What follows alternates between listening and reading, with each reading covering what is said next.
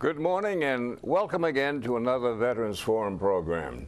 Today we have another really unique profile of a young fellow who did his thing way back when, and he's come forward, if you will, to share some of his experiences with us. As those of you know, this program is open to any veteran, guy or gal, who did anything anywhere and wants to share what they was with us. There's no problem, no pressure. If you will, we welcome you. If you can't or don't want to, think about it again, because what you've done has to be recorded somehow so it's never forgotten. Today we have a great fellow there, neighbor, friend, and what have you. Jesse Spector is his name. I'll let him introduce himself, tell you who and what he did, and then we'll take it from there.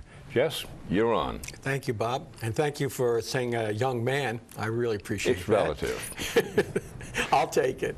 I'm a medical doctor, Jesse Spector. I'm 2 years retired now after working here in the Berkshires, last 32 years. And I'm a specialist in blood work, hematology, and cancer, which is oncology. And that's what I've done my entire career. My time in the military was way back. Now as I look at it, it really goes back a long time. And I was in the Navy. I actually was the last of the group of doctors who were under the draft. And this was the Vietnam era.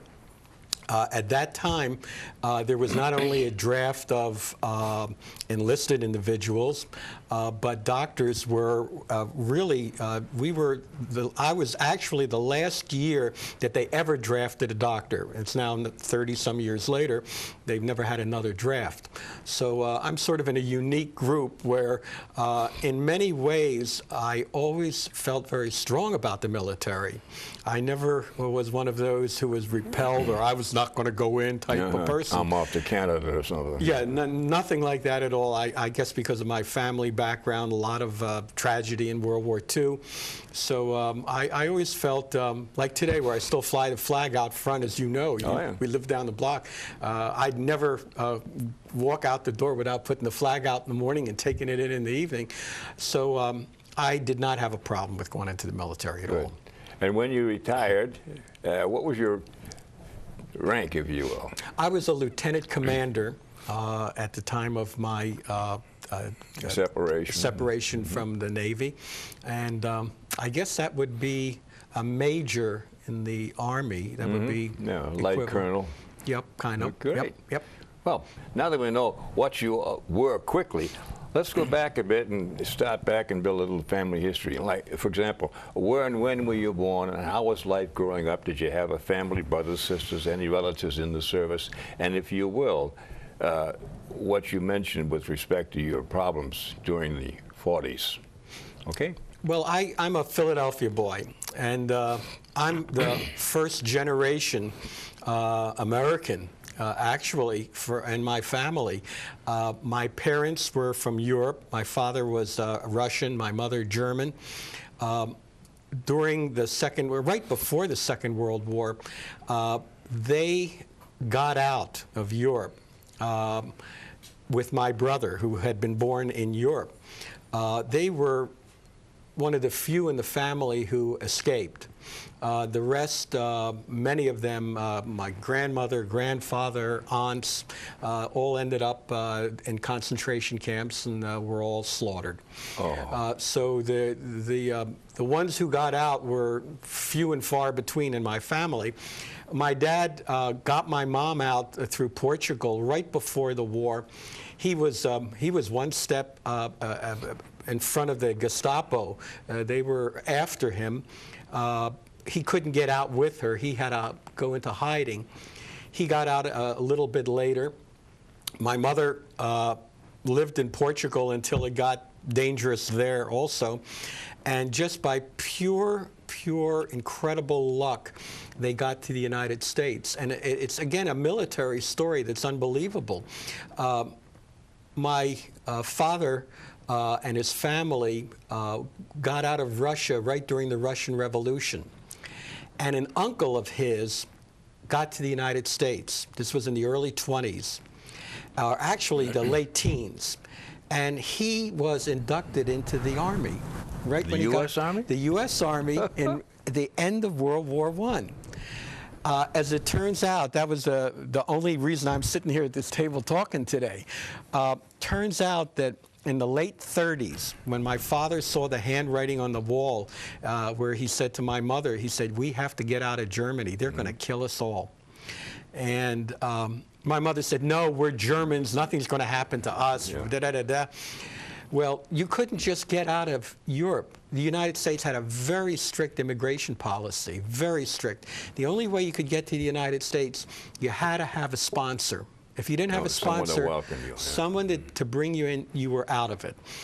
My father remembered that there was an uncle who went to the U.S. and was in the military right after World War I, or right at the end of World War I, and figure this is like 20 years later.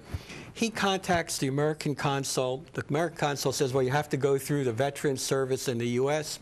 He sends a letter. In the meantime, you can hear the footsteps where the Nazis are after them. And he finds out that this uncle, he was in the service, and he finished his military career about 1921-22, and went to this little town in Pennsylvania. And this is 20 years later. My father contacts the town outside Philadelphia, the Chamber of Commerce, and sure enough, that uncle is still living there. Raised a family there. Had he moved anywhere else, it would have been all over. Contacts the uncle. The uncle says, "Well, of course we'll take you."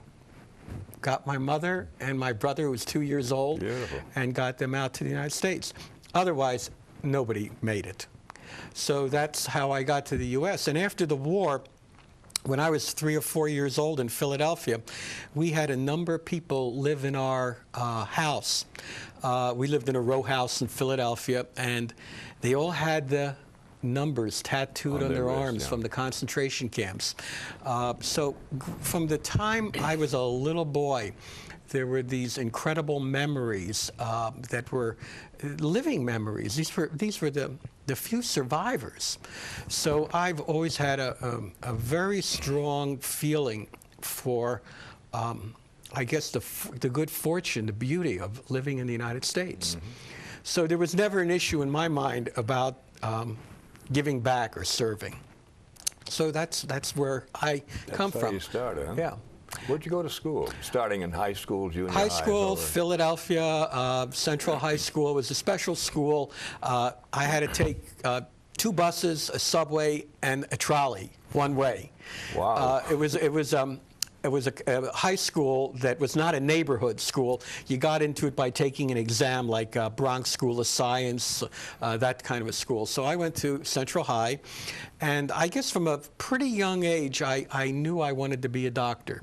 I think most of us who were doctors really don't know where it came from, unless your father was a doctor. Okay. But other than that, where you get into it, I think I started when I was 13 or 14. Well, what did your father do before he, quote, got out? He was a furrier. He was in the fur business. And when he came to the U.S., it's like bad luck on top of bad luck. It was the right after World War II, and money was not tight right at the end of the war because people had worked real hard during the war and there was nothing to buy. But after the late 40s and the early 50s, people just stopped buying fur coats. It was something sort of grandmothers had, old broadtail coats or an old mink coat that had been handed down for 3 generations. But right in the early 50s, the bottom dropped out of the fur market, and my dad we struggled. We lived in a couple houses, and then the sheriff got to us. We had big lock on the door, and you had to move. So growing up was always kind of tough. But my dad was always, he got into then the optical business. He started importing eyeglass frames from Europe, and he did that because after the war, because he was one of the few survivors. He felt very strongly to get stuff back to those people who came out of concentration camps and couldn't get out of Europe after the war. So he would fill up these big boxes of clothing that he'd gather here in the U.S., ship them over there. And there were people who lost their eyes. He started to send over artificial eyes to Europe. I mean, real. So he got it. He learned about importing and exporting, but this was purely he did it free. Backed into it. But he backed into it. So when there was no business, he had to feed a family. To where I have a brother, 4 years old, a sister 4 years young, had to feed us, take care of my mom. So my mom worked too, but he started importing eyeglass frames, and then he would go literally door to door to opticians, optometrists selling frames. And so we eked out a living. And again, nobody went to college back then. When you got out of high school, you kind of had to go out and make a living, to help the family, help yourself. But I was the first one to go to college then, first generation in college. And I went to Temple University in Philadelphia. And again, I lived at home, so that was easier. That was one bus, a subway. Now one bus, the elevated, and a subway. So no GPS. But you learn how to do all your studying hanging by a strap. It was really good. But all my friends, we all lived at home. Nobody had 2 nickels to rub together. We got a good education. I was a biology and an English major. I did both because I figured, well, I want to go to medical school, but you couldn't put all your eggs in one basket. I figured, well, if I don't get into medical school, I think I'd like to be an English professor. So I did that, and fortunately, I was able to get into all 3 medical schools in Philadelphia. I don't think I was that smart. I think maybe they were having a hard time getting recruiters a day. I don't know. But I got into 3 medical schools, and I went to Temple. I'd gone as an undergrad to Temple University, and then I went to Temple Medical School, which was a superb medical school back then. It still is, but it was back then nationally ranked very, very highly. Good. And I had a wonderful 4 years in medical school. But on the other side of the coin, though, due respect to you, you had to put out. You just didn't get in there. Oh, you had to put out. Yeah. It's a wonder any of us have a nose. We worked at a grindstone all through our pre-med years as an undergrad. The 4 years in medical school, we worked very, very hard. I have friends today. We're friends now. We've kept in touch over 40 years. We're all sort of starting to retire, or like me. I think I got on the bandwagon 2 years ago to retire, and then all of a sudden all my friends got jealous, and they're retiring the club, now too. Huh? Yeah, but we've all put in a long career. Nobody was a goof off. You couldn't be. Well, some doctors who do a little better than others in terms of taking it easy. All my friends were hard workers. I'm sort of proud of them because we all had that ethic from way back. A lot of first-generation college kids and stuff like that. Really dedicated. Yeah, I think it worked out. I look back and I don't have any regrets. Now, what was your specialty when you went? When I finished medical, in medical school, I kind of knew you have to sort of split right in early on. Do you want to be a surgeon or do you want to be a medical person? Okay. And I knew I wanted to be an internist. I wanted to be a medical person. So I really enjoyed surgery, but you can't do everything. So I went into the field of internal medicine. And I did my training after medical school at the University of Michigan, and I became an internist. I did 3 years of internal medicine, and then I met my wife right at the tail end of my 3-year. Patty Young. Yeah, I met Patty right at the very, very end of my training at Michigan. It was a wonderful 3 years at the University of Michigan, and right near the end, about 4 or 5 months before I was all finished, I went with the University of Michigan ski club to France. I was not much of a skier. I didn't start skiing till I was about 25. I was one of these kids who started when you were 4 or 5 years old. But over in Europe on that trip, I met Patty, and it took off from there. So that's a separate story. But I had already planned to continue on with my education.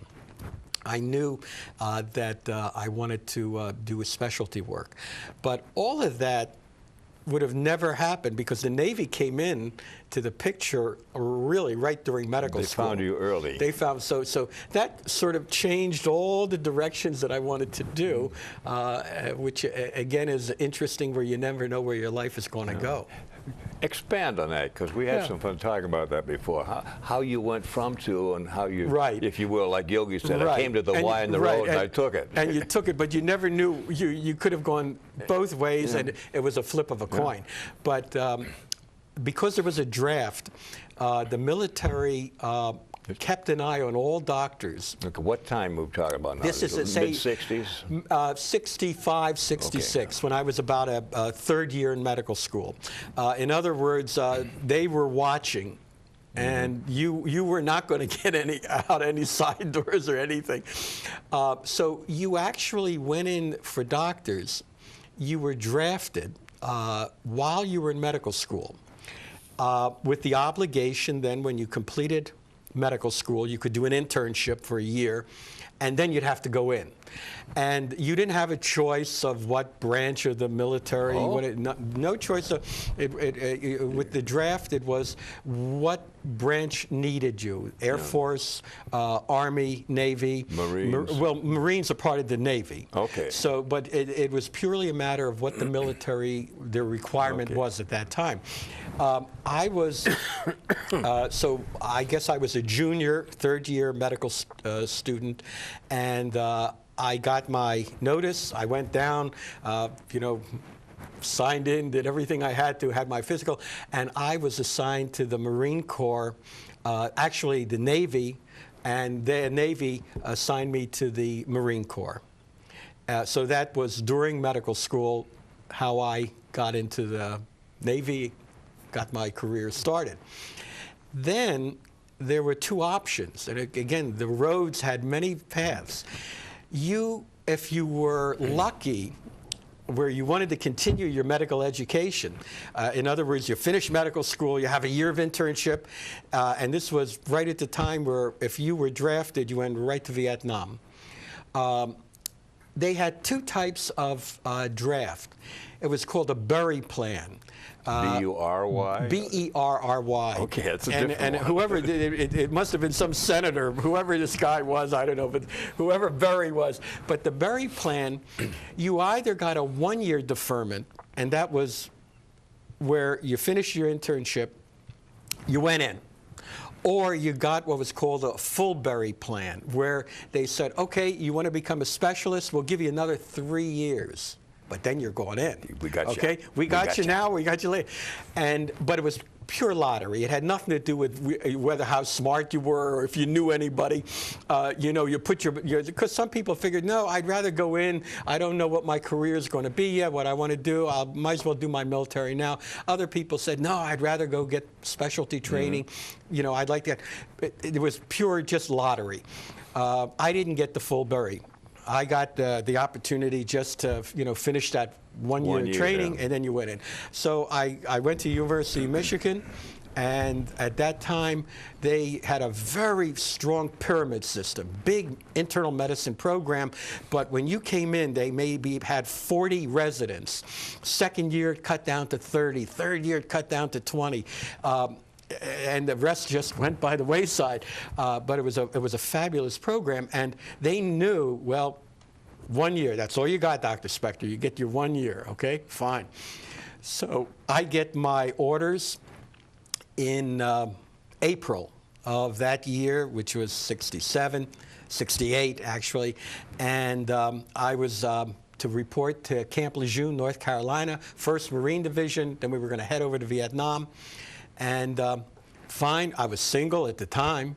I hadn't met Patty at that time yet. There was only 1 year that I'd been in Michigan. And I sold my furniture. I bought a few pieces of furniture at a tag sale to live through that year in an apartment while I was, in my training. And about a month later, this morning, I looked at it right before I came here, and there was dated May 22nd of 1968, and it was a telegram that came to me. This was 1 month after I got my orders were cut. Mm-hmm. And the telegram came and said, due to a sudden manpower cut we are offering some full berry deferments to individuals who still might be interested. So, and it's the old type telegram, you know, where it's, you know, pasted on there. Stop, so, stop, stop. and it will be by lottery. Again, it had nothing to do with whether you were at the University of Michigan or somewhere else or who you were. Again, if you were interested at that point, even if your orders were cut and you were all ready to go into the, I had a month to go. I was supposed to report July 2nd, I think, down to North Carolina. And it was May 22nd, so I had about 5 weeks to go. So I quickly telegrammed back, yeah, I'd like to put my name into the hat. I get a reply from them about a week later, a telegram saying, you have been given a full berry plan. Ignore your orders, and we will follow your career. Now, what was interesting, all my friends, again, you know, here you have this pyramid program of all these residents. All my friends, where they had that time frame, 1 year, 2 years, we're all going to go into the military anyway. They all went to Vietnam. And here I am. I sold my furniture, and I didn't have a job because, you know, they had given me 1 year at Michigan. That was it. So I went to the chief of medicine and I said, hey, look, you know, Dr. Robinson, I suddenly don't have to go into the military right now, and I have got nowhere to go. And, well, he said, well, you know, we have a very strict program here, and we have just a certain number of positions in each year. But he said, you know, Dr. Spector, he said, how about if I take you under my wing and you work for me? And so go figure. So I worked for this wonderful, wonderful man, continued 2 more years, finished my internal medicine training, and then, as I mentioned, I met Patty in that 3rd year, right when I was ready to finish up. And it turns out that you say, well, okay, now the Navy's going to take me. The war was still going on. And it turns out the Navy said, well, you know, why don't you do a little more training? Oh. Yeah, it was, I mean, you know. A little extension. Why don't you do a little extension on your training? We don't right at the moment need general GMOs, general medical officers. Right now, we got enough for the moment. You know, they would sometimes would all of a sudden they'd call in. They had, I guess, 500,000 at the peak of you know, U.S. soldiers in Vietnam. Yeah. But they'd have big, you know, they'd have call-ups, and they'd, you know, cut back a little bit, depending on how things were going. So I figure, okay. So I was then able to go into the field of hematology and oncology after my internal medicine. Went back to Boston, and I started my training. And again, you talk about weird quirks of fate. I went to New England Medical Center in Boston, and I had met Patty just 4 or 5 months before that, and she coincidentally was going to go to Boston University.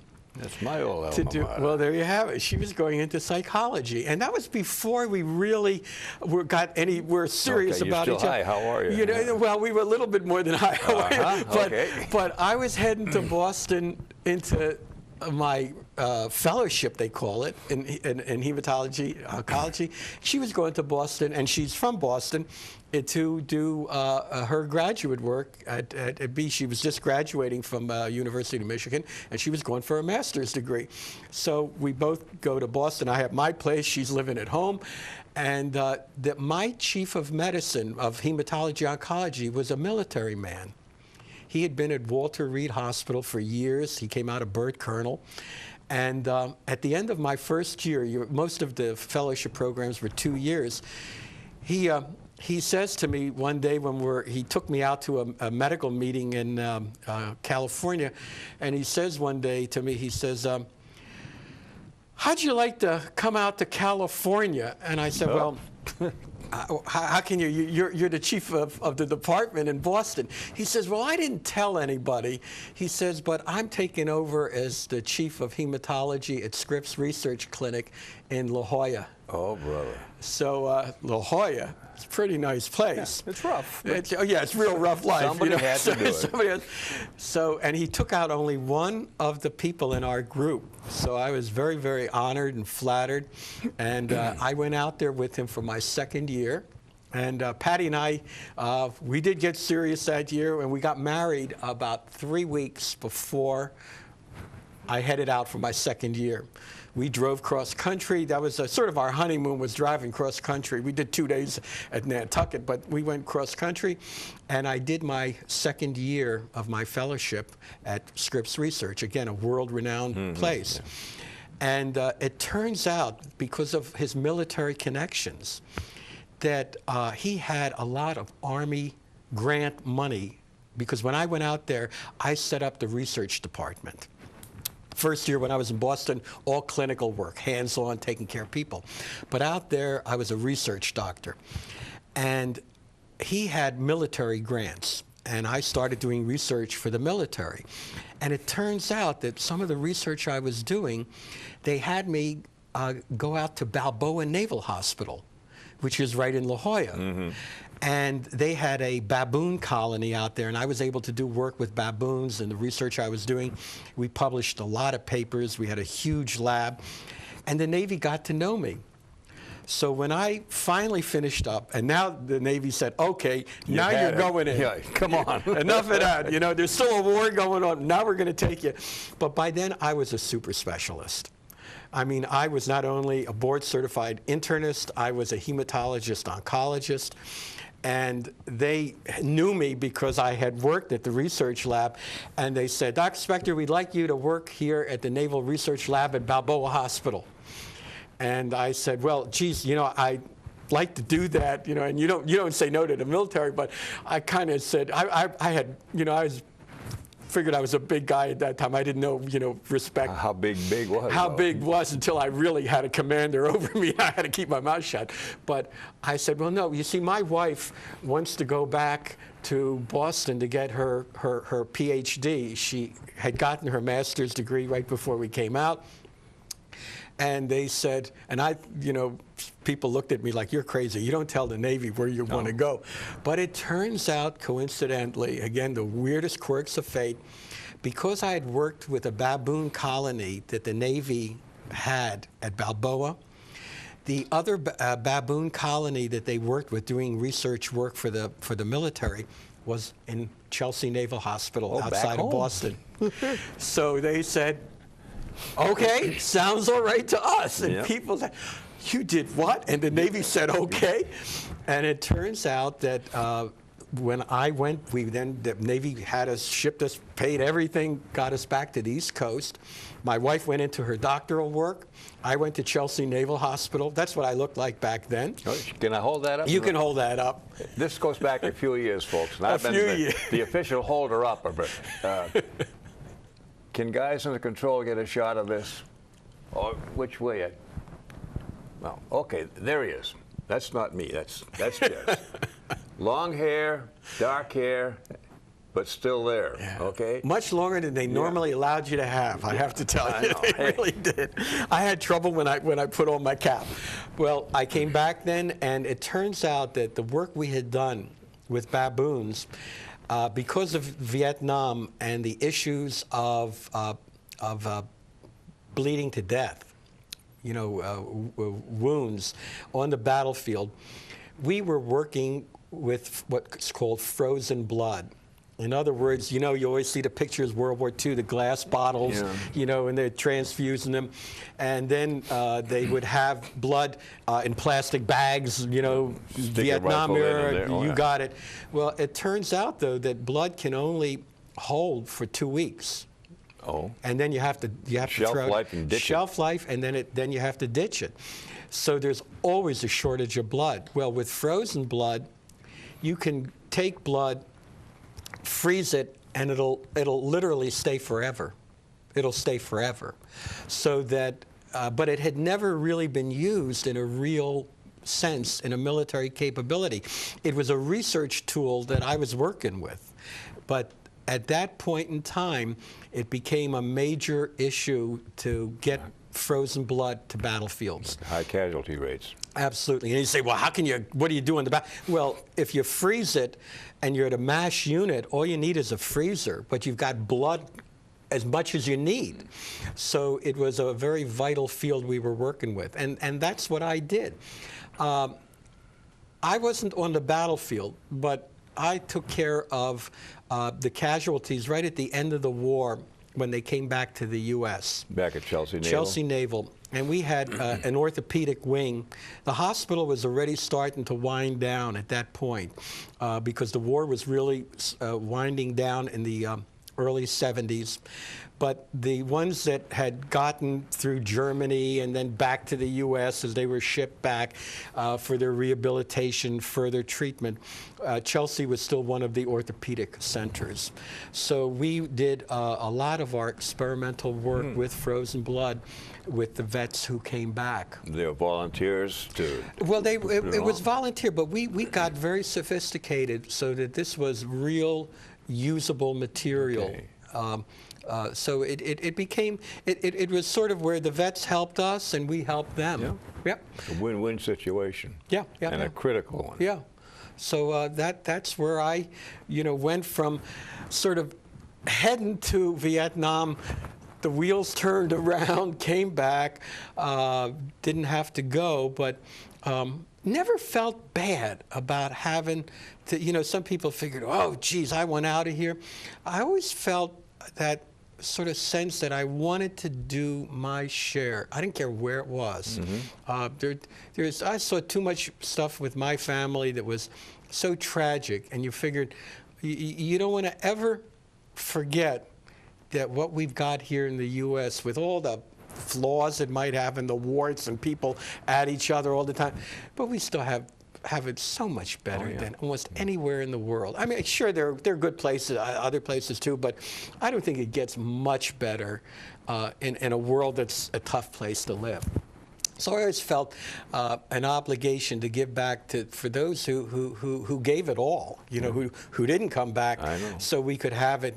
And we might have it kind of soft right now, and the young people maybe don't have a clue. I wish they did, but anybody who can still give back something for what we've got should do it. The thing that I think we've got to try to do, like this program, for example, is to let people know what was, so that they can then make, I hope, an intelligent decision, not just something, okay, if I don't do this, I have to do that.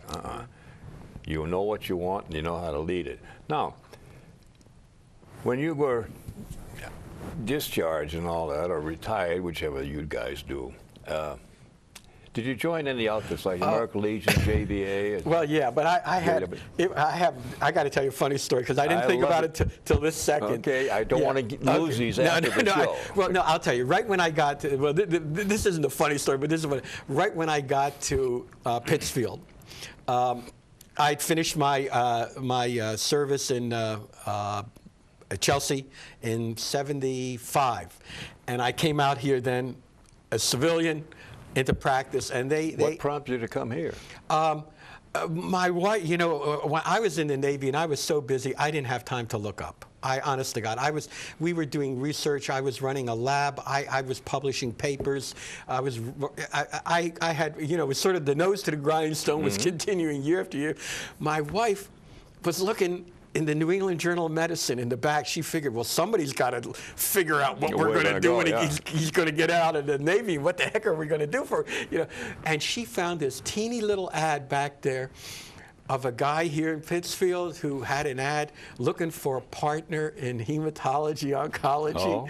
Yep, Ed Knight, who had been in practice here, and we came out here on a beautiful October weekend, drove out the turnpike. Colors were gorgeous. Chamber of Commerce weather. Chamber, like a box of tricks, all the colors, and I took the job. And it turns out he actually was leaving. He put in he was looking for a partner, but he was leaving town. So I started the practice, and I was all alone. And I had not been out of a research lab for 3 years. I knew how to take care of a baboon. I wasn't too good with people yet. Been a long time. You had to try something. I had to start somewhere, but I caught on quick again. Came back. But turns out that the reserve unit right out here on Barker Road. I can't remember who it was at the time, but they came to me and they asked me that they were looking for a new commander. And at that time, I couldn't do it because I was here all alone. There was That was no Hutchinson, wasn't it? Pardon me? Wasn't it Hutchinson out there? Yes, Yeah. yes, that's right. And again, at that time I couldn't do it. I actually was on inactive reserves until '78. So even though I got out of the military in terms of my active duty, they had the hook in you. they had me for another 3 years. So I had 10 years and 8 months of total duty time, 2 years active and the rest reserve. But at that point, I didn't have the time or the wherewithal because I was taking care of practice, 24/7, 12 months of the year. It wasn't until 2 years later I had a partner. But then, what was really the interesting story, I finally, in '78, I was out of the service completely. About 5 or 7 years ago, we go to Westover Air Force Base for the big air show. I think it was every 2 years. I can't remember. It's not every. I think it's every 2 years. My brother was in the. He was in the Air Force. He was in the Air Force. 52 to 56. He was 33rd Air Rescue Squadron off of Okinawa. And I always had this thing. I mean, I love the Navy. I have to tell you, I really love the Navy. But I've always been crazy about planes. I go out to Pittsfield Airport and sit there and read 3 days a week. They know me now, but I think they wonder, who is this weird guy? But about 5-7 years ago, we go to the show at Westover. I got my 2 little girls with me. I guess it's more than that because they were little, about 8 or 9 years ago. And I tried to get into the Air National Guard Reserve Unit. And they wouldn't take me. And the reason they wouldn't take me, I said, look, I got 11 years, or 10 years, yeah. 8 months. I was in the Navy. I'm a lieutenant commander. I'm healthy. You can check me out, check my teeth, whatever you want to do. Count them all. And he had like this little computer thing, because he asked me how old I was, and he says, Dr. Spector, it's nothing personal. Don't get me wrong. He says, we'd love to have you, because I said, I'm a doctor. I think I know my stuff. He says, you're too old because we've got rules and regs. I guess I was maybe 53 or 54. I can't remember, but the cutoff was 48 or 49, and it had to do with retirement, where they would be obligated to give you a pension. And I said, hey, look, I don't want a pension. I said, I'm a doctor. I'm okay. You don't have to worry. I said, I'll sign a paper. I'm not looking for a pension. I don't want any of that stuff. I really would like to be in the reserves. And the thing is, I've always loved, they have those big, they had the C5s. I really, really liked it. Now, obviously, then later on, they went wherever there was big trouble, whether it was in Kosovo or in Iraq or whatever. And my wife said, well, what would you have done with your practice? I said, I'll worry about that if the time came. Yeah. Again, I always felt kind of a strong feeling about the military. When I was in the military, though, I was no pushover, but I would be nose to nose fighting with my commander because I wasn't, a 19-year-old.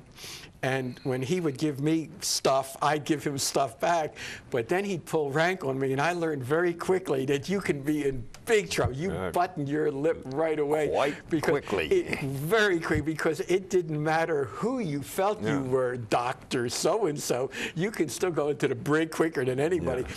But the bottom line was they would not take me.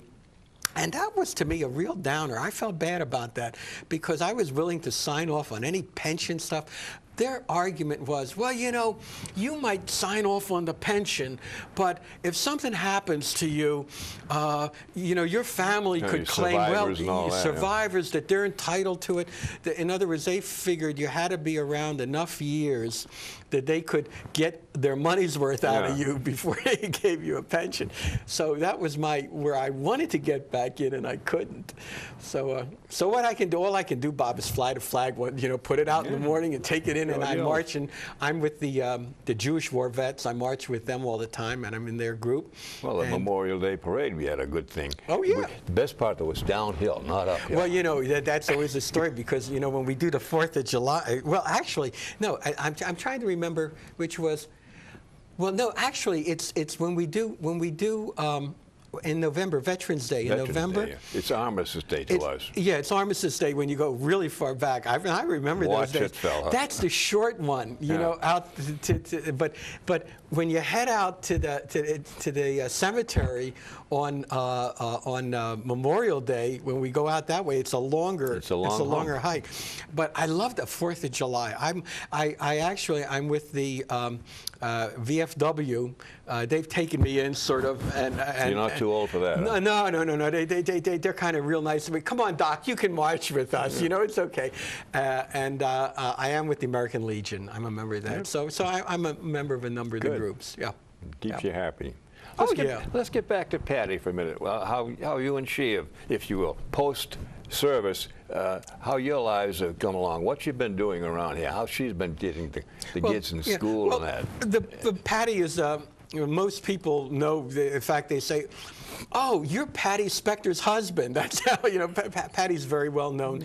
She's the director of the Josh Billings Triathlon for about, I guess, 7 years now. And she actually was volunteer here at the TV station. She does a lot of volunteer work, also with the Wildlife Sanctuary, number of organizations. You know, she and Betsy Sherman had some kind of a thing. Oh, working. absolutely. You name it. And there are more evenings where I know how to make my own dinner because she's at some meeting or another. You're good at thawing out TV dinners, or you're a cook? I'll tell you something.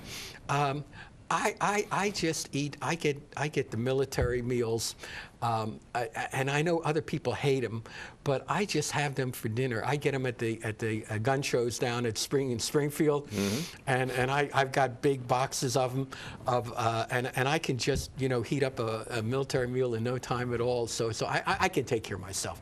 Good. But so she's been very busy in the community. We've got 2 daughters. One is finishing her freshman year in college, and she'll be going back to school. She's working in a restaurant down in Great Barrington now for the summer. My other one is a junior at Dartmouth, and she's on the U.S. Biathlon World Cup team. She spent the last half a year in Europe and Korea competing for the U.S. on the World Cup team in biathlon, which is shooting and cross-country skiing. And now she's at the Olympic Training Center in Lake Placid, and we'll keep our fingers crossed and see if she can make the Olympic team now for this year. You got a boat from down the street, you know that, don't you? Yep. It's kind of fun. Well, this has been great. Now, silly question, but here we say, experience in the Navy, has that in some way, well, I know it's obvious, but how has it really helped you get along, and as far as what your life has been since then? Well, again, I'm sort of a weird bird that way, I think, when it comes to the military. For me, again, with family background and my own sense of it's patriotism, and I don't mean to be corny about it, but it's no flag waving, it's true. I'm one of those people who's always just felt strongly about the U.S. and about what we've got. For me, every evening, I don't watch much TV at all, and I work my buns off during the day. I teach, and I go to Williams College in the fall as well for the last year. I take courses at BCC. I mean, no moss grows under my feet, but I like to sit right before dinner with a glass of wine, a piece of bread, and watch the Military Channel. I watch the Military Channel every evening for about an hour, and well, last night maybe 2 hours, but I never get tired of it, and it doesn't matter. It can be from if we're watching George Washington right after the Revolution, or if I'm watching the Marines come in on Tarawa. It's just part of me. Nice goose pimples too. It's just part of me, and you know, I collect military rifles. I've got a collection of military rifles from Civil War. I got Allen conversions. I've got Craigs from Spanish Civil War. I've got every Springfield. I go right up to M16s, and I got all the European stuff too. I got the Russians, and I got the AK-47s. I like my military hardware, and I shoot at the different clubs.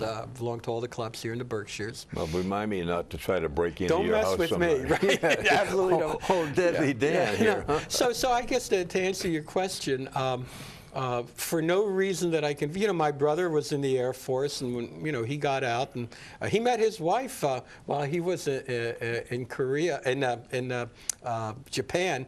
She was from North Dakota. She was a social worker. Whoa. working for the military in the 50s, and so he met her in the military. But we're not. You know, we're not crazy in terms of, like I say, we don't wave the flag. I put out my flag and I respect it. I feel very strongly that if you don't march in the parade, there are fewer and fewer. And again, the young people don't know from nothing if you're not doing something. Yeah. They're just not going to know. They're not going to know. Younger people didn't have a draft. You know, people today who are in their 30s or 40s, they have no idea at all about military. So unless you volunteer to go into the military, the sort of our heritage, why we've got what we got is going to be forgotten. It's going to be replaced just by everybody loving their flat screen TVs and not knowing why we're lucky enough to have all this stuff. It just is good. And the reason we have it is because those people worked hard, and they're people who died, and they're people who were here in the U.S. at home and worked their buns off 12 hours a day in factories and plants. You know, it doesn't matter which the war or what the thing. There was a time in the past where times were tougher.